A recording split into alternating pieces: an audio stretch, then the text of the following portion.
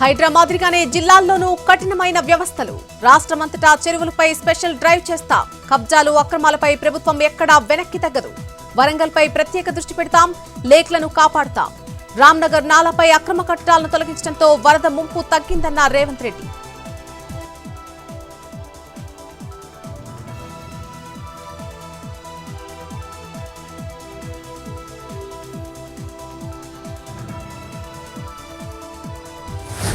వరద నష్టంపై ఎప్పటికప్పుడు కలెక్టర్లు, అధికారులతో మాట్లాడుతున్నాం. ప్రభుత్వ, ప్రైవేట్ ఆస్తులు దెబ్బతిన్నాయి.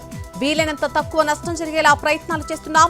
మృతుల కుటుంబాలకు 5 లక్షల రూపాయల పరిహారం అందిస్తాం. పంట నష్టాన్ని అంచనా వేసి ఎకరాకు 10,000 తక్షణ సాయం చేస్తామన్న రేవంత్ రెడ్డి.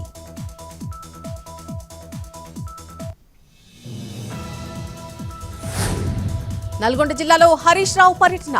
నాగార్జున సాగర్ ఎడమ కాలువ పరిశీలన. ఇది ప్రభుత్వం సృష్టించిన ప్రకృతి విలయమేనని కామెంట్లు.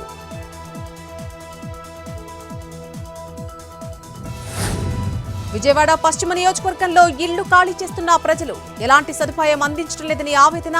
చిన్నపిల్లలు, వృద్ధులు ఇబ్బంది పడుతున్నారంటున్న బాధితులు.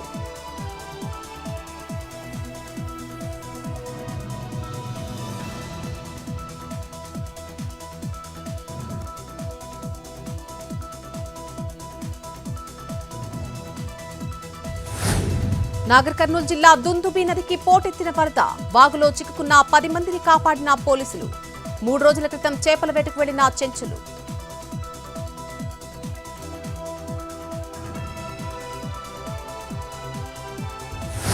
మెదక్ జిల్లాలో కుమ్మేస్తున్న వర్షం. 3వ రోజు జలదిగ్బంధంలో ఏడుపాయల వనదుర్గ ఆలయం. అమ్మవారి పాదాలను తాకుతూ ప్రవహిస్తున్న వరద.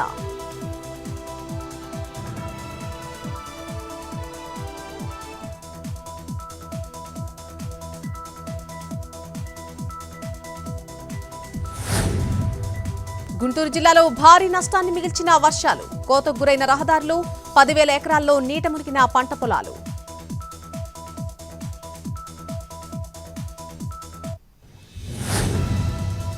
నల్గొండ జిల్లా నల్లమల అటవీ ప్రాంతంలో జలపాతాల అందాలు. పొగిళ్ల శివార్లో కొండల మీద నుంచి కిందికి దుంకుతున్న నీరు. ఎంజాయ్ చేస్తున్న పర్యాటకులు.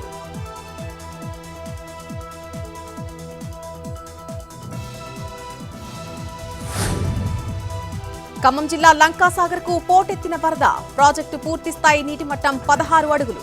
జలాశయాన్ని చూసేందుకు తరలి వస్తున్న స్థానికులు.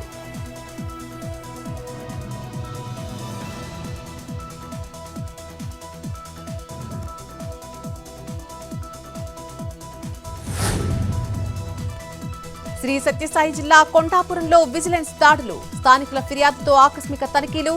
వరుస సౌదాలతో హడలిపోతున్న అక్రమ వ్యాపారాలు.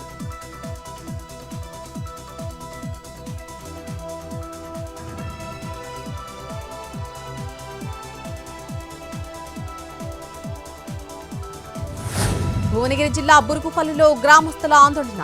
3 నెలలుగా తాగేందుకు నీళ్లు లేవని ఆగ్రహం. అధికారులు పట్టించుకోవడం లేదని మండిపాటు. వేములవాడ రాజన్న ఆలయంలో మహాలింగార్చన. స్వామివారికి మహాన్యాసపూర్వక ఏకాదశ రుద్రాభిషేకం. దర్శనం కోసం తరలి వచ్చిన భక్తులు.